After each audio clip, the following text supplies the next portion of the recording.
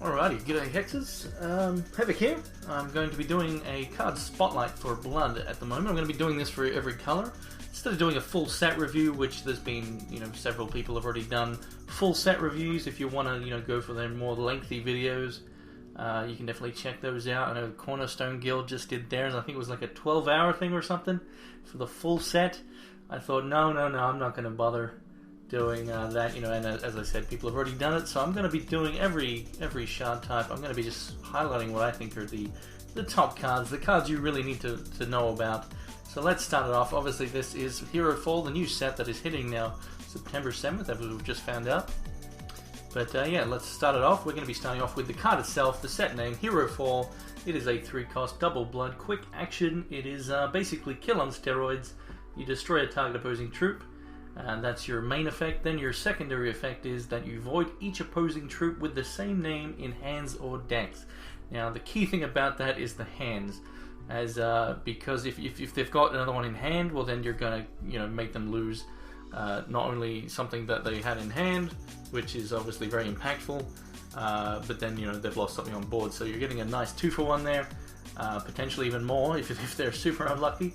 But that does put them in awkward positions here, as I've wrote. That you've got, if they do have multiple in hand, they've got that, they're against blood. Obviously Extinction is a card. If they play around Herofall and play out multiple things, then you could just blow them up with an Extinction instead. If they don't, and they do keep cards in hand, they can just get wrecked by Herofall. So it's a, damned if you do, damned if you don't situation. Definitely going to be a very, very strong card in the meta. It's going to probably define certain things of what you can and can't do. Definitely one of the strongest, well, is easily the strongest card of the new set in Blood. So that is Herofall itself. Very strong card. It is indeed a rare. So yeah, probably going to be pretty expensive. I would say it's probably going to start off quite high. Maybe even, probably not actually. Probably not Runier levels. It'll probably start at that, but I reckon it'll be like a 500 plat card. But yeah, next up, let's have a look what we got next. Okay, so this one's a common, so everyone's going to pretty much have this one. But it's Haunting Cry. It is a 2-cost single blood quick action. Draw a card, lose 1 health. And then as an additional cost, you can scrounge 1. Scrounge being the new mechanic to basically remove a troop from your crypt. So if you can do that, then you get the extra effect of another card and losing 1 extra health. So basically, provided you meet that requirement, which you're not really going to play this unless you for whatever reason, there's not going to be many times where you play this for the 1 card 1 health. You might, but in most cases you're probably going to want to wait until you can get that extra card, because it's a very little cost, just an extra 1 health basically. But yeah, it's definitely very good, and something Blood was lacking.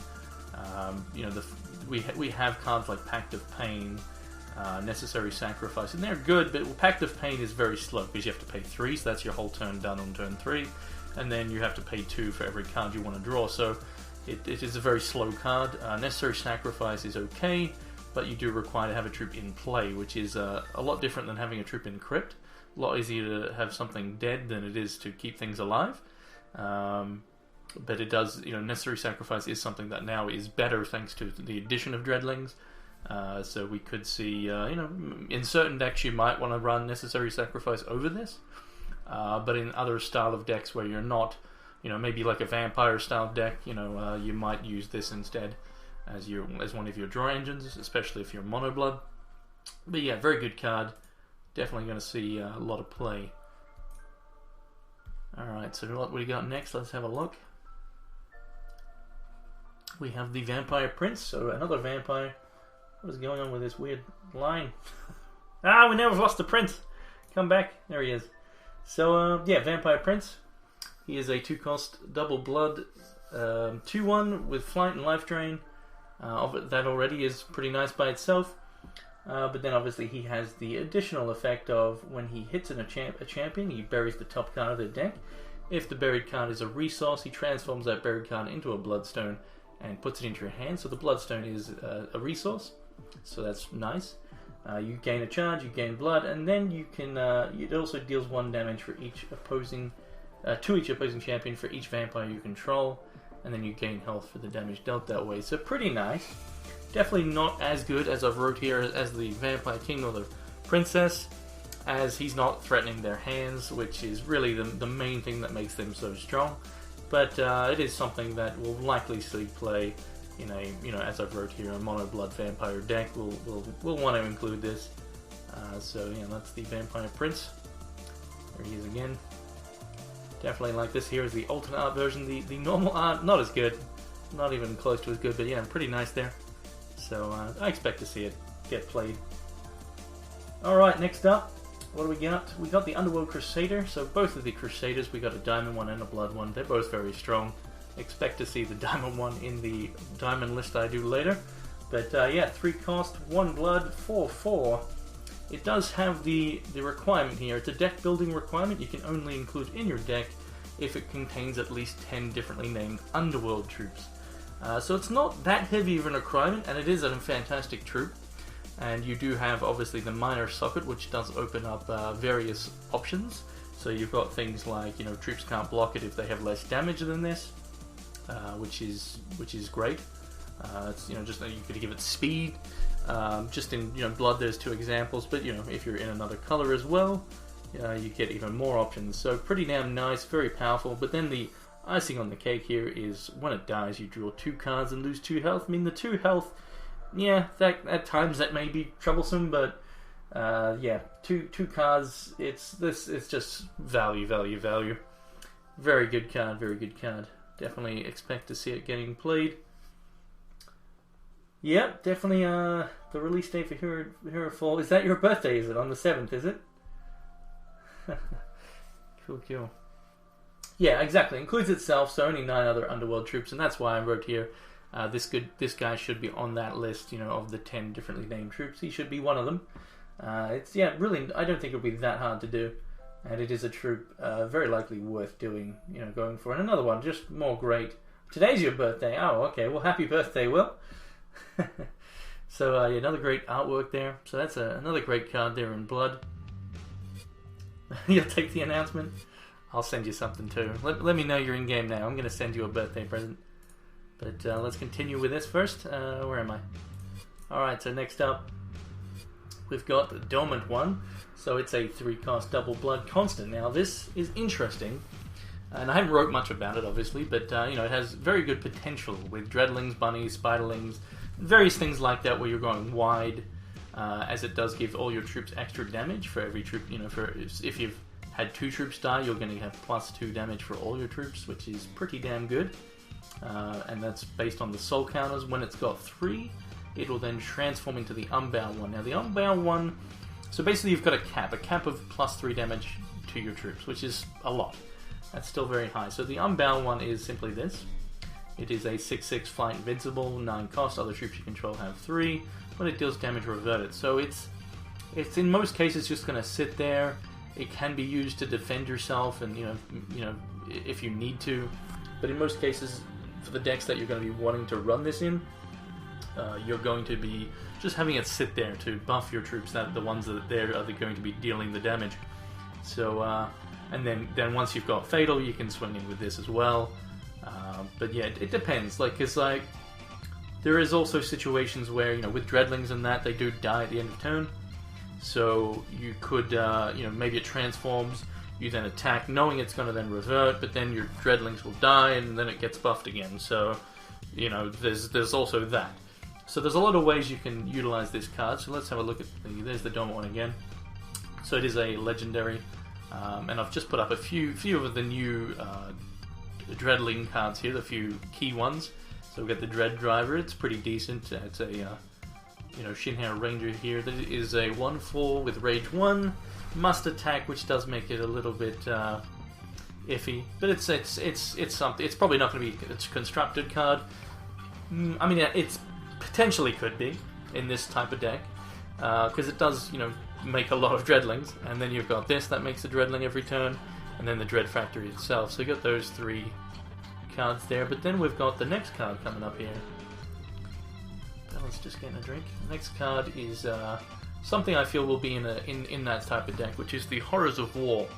So this is a 1XX double blood basic action. Each champion discards X cards, each champion sacrifices X troops, and each champion loses XX resources. Now, so as I've said here, it does say each champion sacrifices troops. So you're not going to be, because of that and because of the resource loss, you're going to want to have things like the constants that can make you just keep generating troops. So if you do use this, because you're going to want to use it for a lot of resources to make it so no one's got resources anymore. In most scenarios, you make them lose their hand, you make them lose their resources and your own, and whatever troops they did have. And then with the cards that I've put up here as an example, you've got the Wretched Brood that can make you more troops, the Dread Banner to make more Dreadlings, and then a Hideous Conversion to make sure that you can keep getting resources as you need, and then you're probably going to want to run a lot of low-cost stuff, just more generators. They're just a few examples, but there's... And again, you can combo with some of the stuff that I showed previously for the Dormant one, to buff these little troops up. So that's the type of deck I feel this will fit in for the most part. But I mean, yeah, it's definitely nice artwork, that's for sure. Another legendary I will add as well. Let me just read the chat here. So what?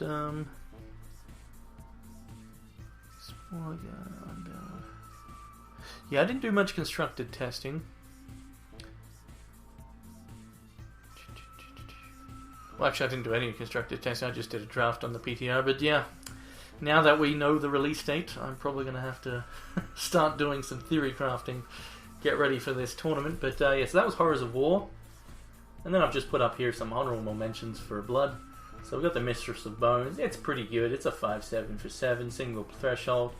It's going to be obviously fit in a deck where you're either running or stealing other troop types, Dwarfs, Shin Hares, and Venom, to really get the most out of it, that type of stuff. It's got potential, that's for sure.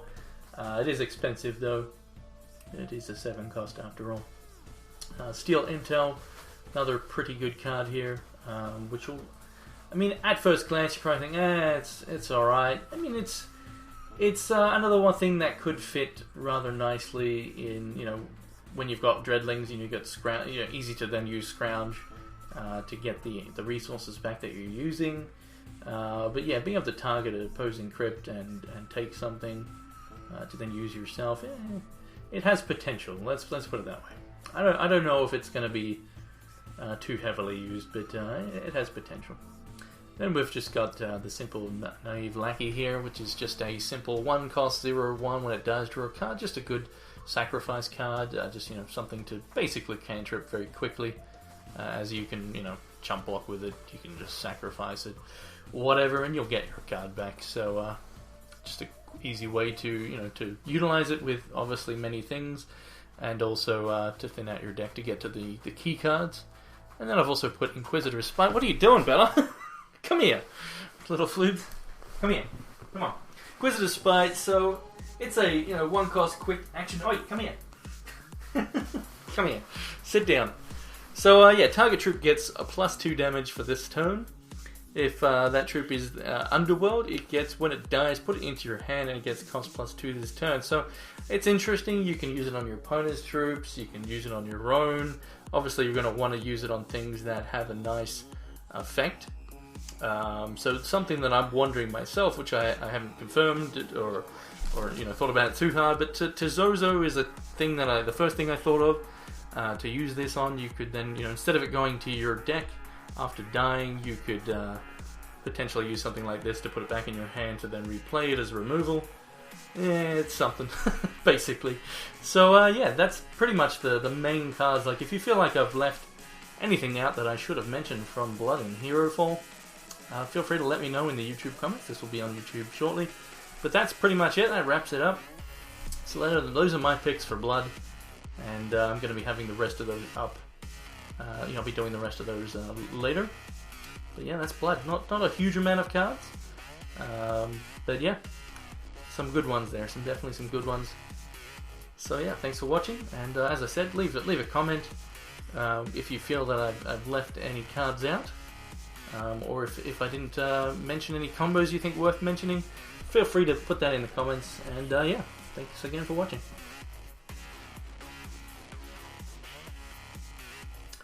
Yeah, that's what I was thinking, Armies. That's the part I was unsure about. Like, would it go to your hand and your deck, or would it, how's it going to work, or does it just go to your deck and then it doesn't even, yeah. That's what I was wondering. But it probably won't. It's still a card that is, going to be probably fairly interesting with what we can do, depending on how many good low drop cards you're going to want to, it's going to be mainly for low drop cards, of course. But anyway, yep, thanks again. I'm going to stick around on Twitch for a bit. Oh, right, it's not even Underworld. Good point there, Grum. Yep, never mind. Never mind. That's a good point. Derp. But